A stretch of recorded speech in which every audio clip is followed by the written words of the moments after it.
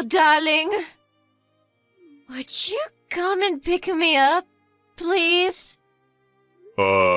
Darling? What's up? I thought you were going out drinking with your friends from work. All over with?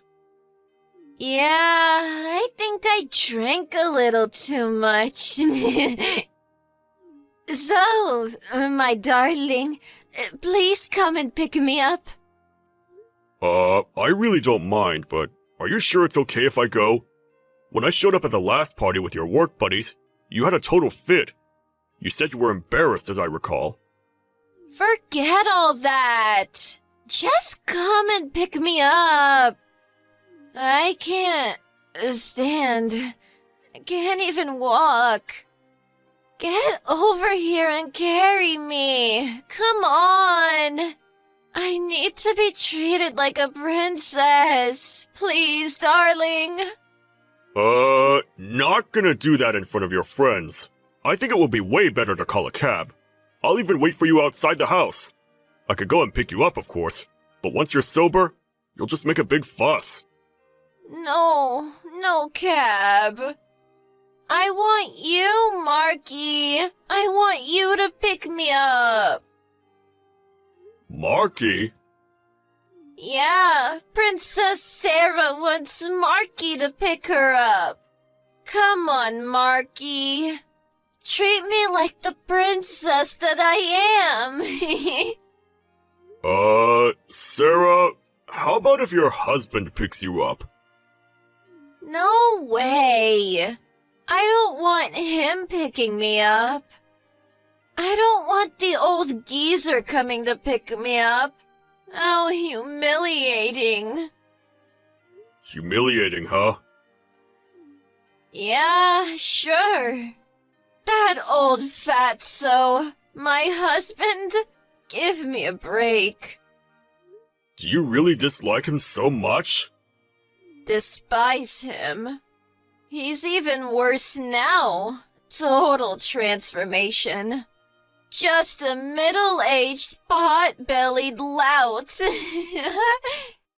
That pot-belly, it's disgusting. Hairy, too. Chest, legs, ugh. A damn gorilla is what he is. His face, too, way below average. The least he can do is be a little more hygienic. There is nothing manly about this guy. He's always groveling, kissing people's asses. But then, he's like always lecturing me. Really gets on my friggin' nerves. And another thing, he stinks. I mean, doesn't the guy ever shower? Is this what's called old people smell? Like they're decaying or something? Oh, I see. Yeah, I just can't stand being around him anymore. If you despise him that much, just get divorced. Seems like the obvious choice. So why? You don't think I want that? Can't stand the guy, but he does make pretty good money. Won't hurt to keep him around as a source of income. I really think you should divorce the guy if you hate him so much. Get a divorce right away and marry me. I'll help you out in any way I can. Really? That makes me so happy. I'm gonna do it. I'm gonna dump him and marry you, Mark. Well, if you feel that way, things will move along quickly. I'll call you a cab, so get over to my place. I'll relay the directions. Yeah, could you? My hubby is just so disgusting. I'm on my way. I don't want to ever go back to that house. Never want to see the mug again. When I get there, get ready for some lovin'. I'm right here. I'm not going anywhere. Hey, Dawn, Good morning. What time did I get home last night? All just a blur. Don't remember a thing after the party. Morning. You got back before midnight anyways. You got here by cab. Paid for it, by the way. Oh, yeah. Hey, did I say something weird last night? The reason I ask is... had this odd dream last night. No, I don't recall you saying anything. After you got home, you were out like a light. Oh yeah? Great. Forget it then. But before that, you did lie me with a bunch of stuff. Especially about... Marky. Huh? No way. You wanted this Marky guy to pick you up, right? Treat you like a princess or something or other? So sorry that you had to come home to a big, fat, smelly slop. Yeah, but I didn't know where this Marky lived, so... Wait a sec. Huh? Who is this Marky you keep mentioning? Who? Come off it! Don't tell me you don't know the guy! It's the guy you're deeply in love with! You said it yourself! You said you didn't want to see my mug and that you were headed to Marky's place! You even said you were gonna marry the guy! No, that's all a big fat lie. Anyways, there is no such record of that kind of conversation on my phone. You probably just had a bad dream is all. Of course there's no record of it. I took the liberty of deleting all of it last night, but I do have it all saved on my phone, and got all the screenshots of it too. Got a backup copy on my PC too, just in case. Why would you do that? Well, if you saw it later, you would obviously try to get rid of the evidence, and you might even hatch a plot with Marky to take off together. I don't know what you're talking about. I'm not having an affair. And I don't know this Mark or Marky you keep mentioning. And you could be making the whole thing up. You're probably writing it all yourself. That's no proof. Mark Sullivan. That's Marky's real name, right? Huh? But why? Why do I know his full name, you ask? Just because I deleted the conversation online, you think I didn't see the rest of it? Yup, I checked out everything on your phone. All the stuff in Line and other SNS apps. Oh yeah, and all the photos and emails. Also, all the transactions on your online banking. Man, collected a lot of two-timing evidence on you. Got a load of photos, conversations, even videos. I was able to figure out where he lived from all those photos. From the online banking transactions, I got proof that you were funneling cash to Marky. You were sending the guy over $2,000 each time. A bit strange, don't you think? I mean, your part-time pay is something like $1,300 or $1,400 per month, right? How do you even know all that? I had a security lock on my phone. Like I said, you were out like a light. Easy to get your fingerprints. Fingerprint security isn't really safe. With family, at least. How could you? That's all confidential. A breach of privacy. I could take you to court. It's a crime, you know. Maybe I should take you to court. What do you think? Let's have a third party make the right judgment in this case. We don't have to go that far. This is important. Let's meet face to face and talk this through. Besides, where are you now? You're off from work today, right? Now? I've run away from home. Run away? I just couldn't stand being under the same roof as a girl like you. As I'm away from home, I'm taking this opportunity to go around to friends and neighbors to explain the whole situation to them. What do you mean? Well, for starters, I visited your co-conspirator's place. Your folks' place as well as mine. What? You blabbed it all to my folks? Goes without saying. I mean, we're getting divorced. Gotta explain it to all our parents, right? Your mom was crying, you know. Poor woman. She brought you up as a single mom, and her daughter is fooling around with other guys? I would want to cry too. How could you? There are things that you can and cannot do. You took the words right out of my mouth. I've done nothing wrong. You're the one who had an affair. I'm just collecting the evidence and cleaning up after you, is all. Things that you can and cannot do, huh? Well, then you shouldn't have been unfaithful. Shut up! I cheated on you because I was no longer attracted to you. You got nothing going for you except how to make money. I'm sick of you always lecturing me. Yeah, okay, divorce. As you wish, you can have your little divorce. I don't need your permission. I already planned to. I really thought I would at least get an apology from you. If you apologize, I won't demand full compensation. No way will I ever apologize to the likes of you.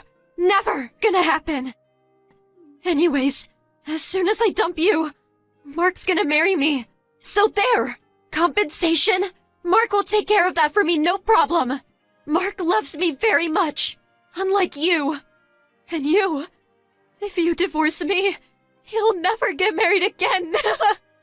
You'll just grow old, all alone, with nobody to take care of you. Who do you think will have won in the end? Yeah, me. Oh yeah? Your precious Marky? Yeah, he took off. Huh? Yeah, I went over to his place and he said he'd willingly pay the compensation, but to just let bygones be bygones. And then he was gone. He said he was just having fun with you and had no intention of getting married. He pleaded with me to not take this to court. And he said he was moving away. Said he was afraid you'd become some crazed stalker. Long as I get the compensation, I'm fine with it. Didn't stop him from taking off or anything. Huh? You're not serious, are you? Mark abandoned me? He's not going to marry me? Why? This is not happening. So that's the story. Sarah? Sorry. Anyway, I'll send over the divorce papers. I already signed it, so I urge you to do the same. I'm also going to demand compensation for emotional distress. Plus, the money you shelled out to Mark on a regular basis, which amounts to $60,000, give or take. I'll include my lawyer's business card, so if you have any complaints, contact him directly, please. I'm going to go ahead and block your line account. Just a sec. You're not serious. How am I supposed to pay $60,000? I don't have that kind of money.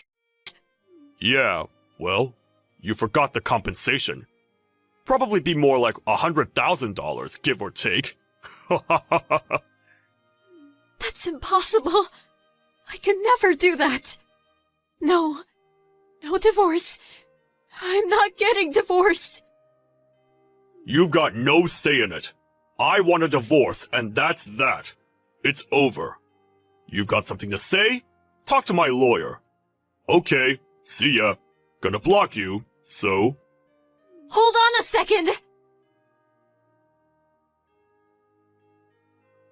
After that conversation, I sent Sarah the divorce papers.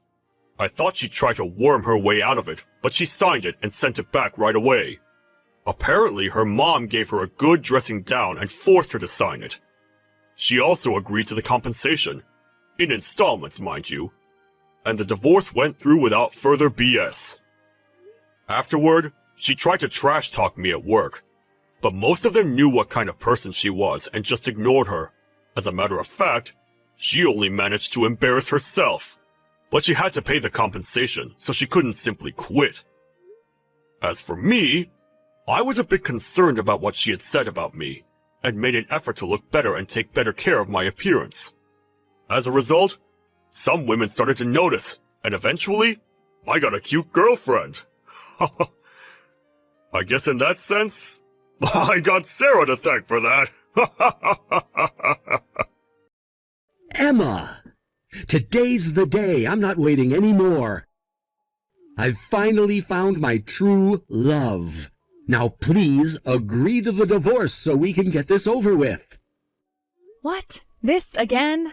Ken, you're in Japan on business. Don't you have better things to do with your time?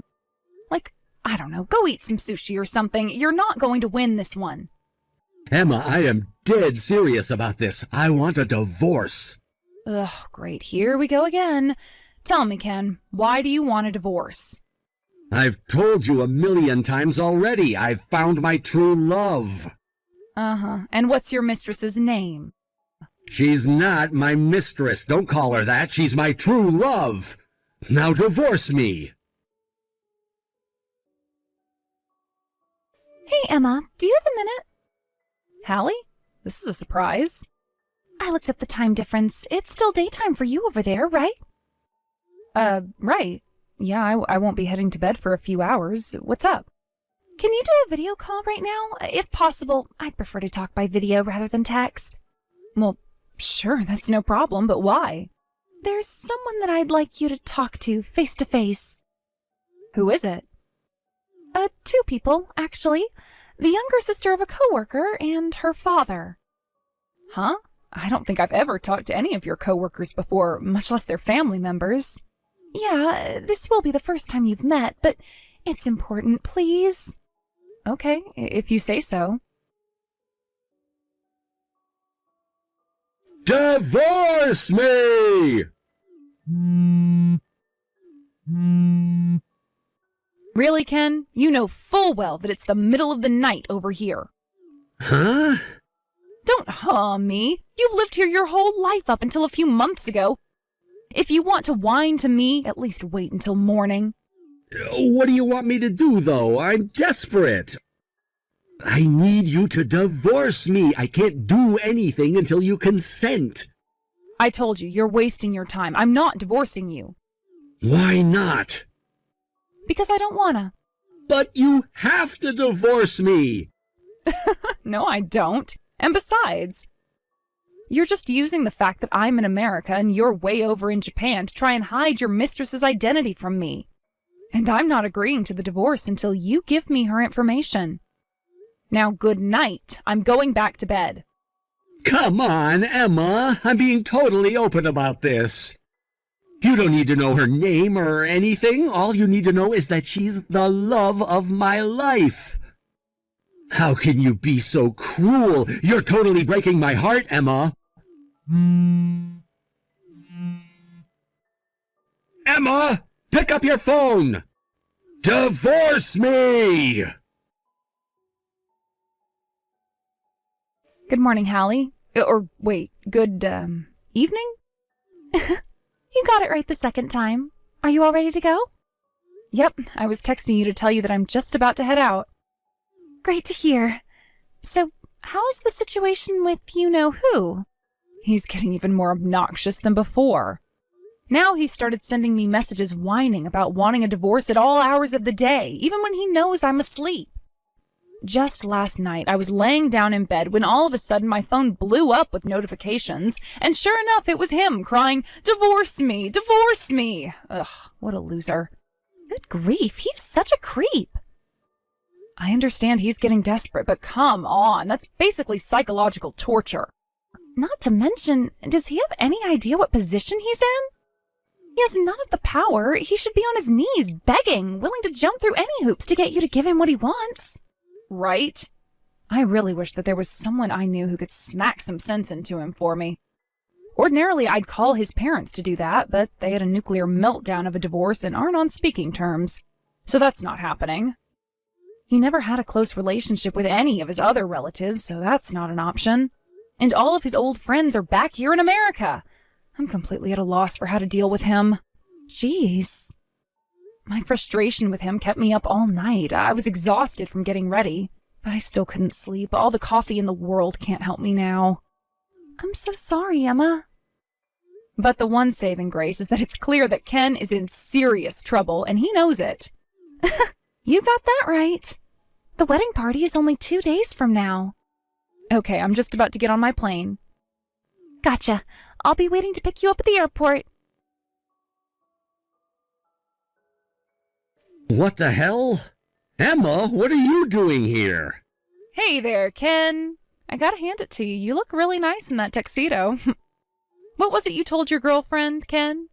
Sorry, babe. I want to give you a formal wedding, but it's gonna have to wait until I get back to America and can work out all the details with my family. Something like that. And that's why instead of a real wedding, you're just having a wedding party with her family. It's a pretty good plan, Ken. Sorry things didn't work out as you'd hoped, though. How did you get over here? Why aren't you in America? You know, I've got to tell you about this fantastic new invention called the airplane, Ken. They're amazing. They can fly way up high in the sky. Stop mocking me. You know that's not what I'm talking about. Why are you here? Why are you at my wedding party? I never told you about this party. I never told you about Aiko at all. Speaking of Aiko, have you noticed something strange about this wedding party? Like the fact that the bride-to-be isn't there? What? You don't suppose this means she found out you were married and wants to break up with you now, do you? No. You told Aiko we were married? No, actually, she found out about that well before she contacted me to see if it was really true. Then who told her? A friend of mine works for a company that's a subsidiary of a Japanese company run by Aiko's father. And she was sent to work on an assignment in corporate headquarters 2 weeks ago. She just so happens to be working with Aiko's older brother, and they came to be pretty good friends. Such good friends that he invited her to come to your little party today. Uh-oh. Your friend is over here too? She was at our wedding too, so she's met you before and knows what you look like. And since we talk pretty often, she also knows that you were on assignment in Japan right now. This cannot be happening. One day Aiko's brother showed my friend a picture of the happy couple, and she knew right away when she saw it that it was you. She was honest with him and said she was pretty certain that the man in the picture was the husband of a friend of hers back in America, and that he might want to look into you. Of course, the most certain way to determine whether it was true or not was to contact me, which they did. I've been talking with Aiko, her brother, and your company as well. The decision was made that the best way to deal with it would be to have me come and confront you personally. And so, here I am, a stranger in the land of the rising sun, standing before my adulterous husband. This is the worst. Come on, your friend just so happened to be working for the subsidiary company of the Japanese company Aiko's father is the CEO of? And all of this became known just in time for you to come to the party? How? How does something like this happen? Well, I'd say it all started when you decided to cheat on me. Her family is crazy rich. I was gonna be set for life. And now it's all over. Aiko dumped me. This may not be something you'd understand, but Aiko's dad is like some kind of a feudal lord over here. He has connections in every part of society. He's more powerful than the government. And thanks to that, my company found out about what happened. How could you do this to me? Ken, really now? Are you still going to act like this is my fault? But it is your fault. It is? It's my fault that you started dating Aiko without telling her that you were a married man? Did I force you to do that? Guess you thought that if you pestered me enough for a divorce that I'd give in eventually, so you could be single just in time for your little wedding party, is that right? Honestly, how did you ever think such a harebrained scheme like that was gonna work? Well, as painfully stupid as your plan may have been, you still were aware that what you were doing was not only wrong, but maliciously so. No, I don't see any reason to say that any of this is anyone's fault but your own.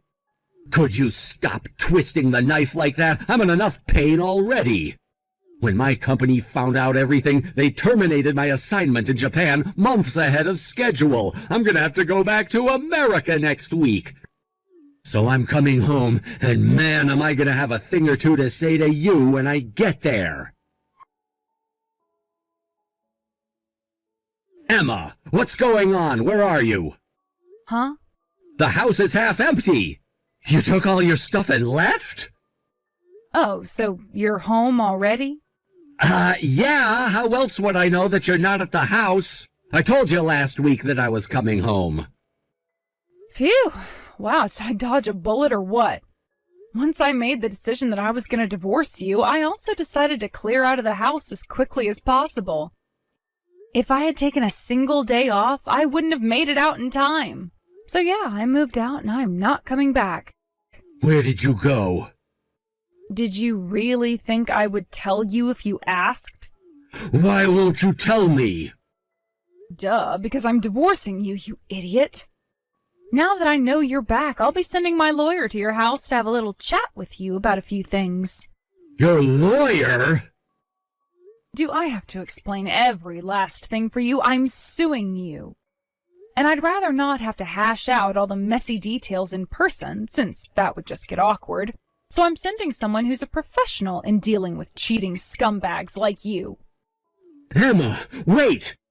The thing is, I'm broke. Uh-huh. Aiko sued you for marriage fraud, didn't she? She got engaged to you under the false pretense that you were single. Kinda, yeah. I felt so bad about what you did to that poor girl that I decided to let her have her way with you before I had my turn. But don't worry, just because you're already penniless and ruined doesn't mean I'll hold back from giving you a second helping of your just desserts. What? Don't you know the old adage about a woman scorned? Damn it! Now I have no choice but to sell my house. It's my house. I earned that house. I worked so hard to pay for it. And you went ahead and burned it all to the ground because you had to chase after a younger piece of meat. Sad. And worse, since my company assigned me to that position in Japan, I only actually lived in it for a couple years. Not my problem. Tell it to someone who cares. Shut up. You're gonna hear me out, like it or not. This is all your fault. You're the one who divorced me. You're the one who sued me. You did this to me. It's your fault that from now on, instead of living in the comfortable new house that I always dreamed about, I'll be lucky if I can find a half-decent apartment to live in. Seriously, why are you blaming me for this? You did it to yourself. If only I didn't lose my dear, sweet, precious Aiko. If only I still had her. Then there'd at least be a silver lining to this disaster. If you still had her, that would have meant that your sick and twisted scheme to lie your way into her heart would have worked. So it's for the best that she's out of the picture. Sick and twisted? How dare you? We were in love with each other. Real, true love. You were a married man cheating on your wife in another country with a younger woman because you wanted to marry into her wealthy family. I don't think there was a single part of that that could be called real, true, or love. You have no right to be talking to me like that.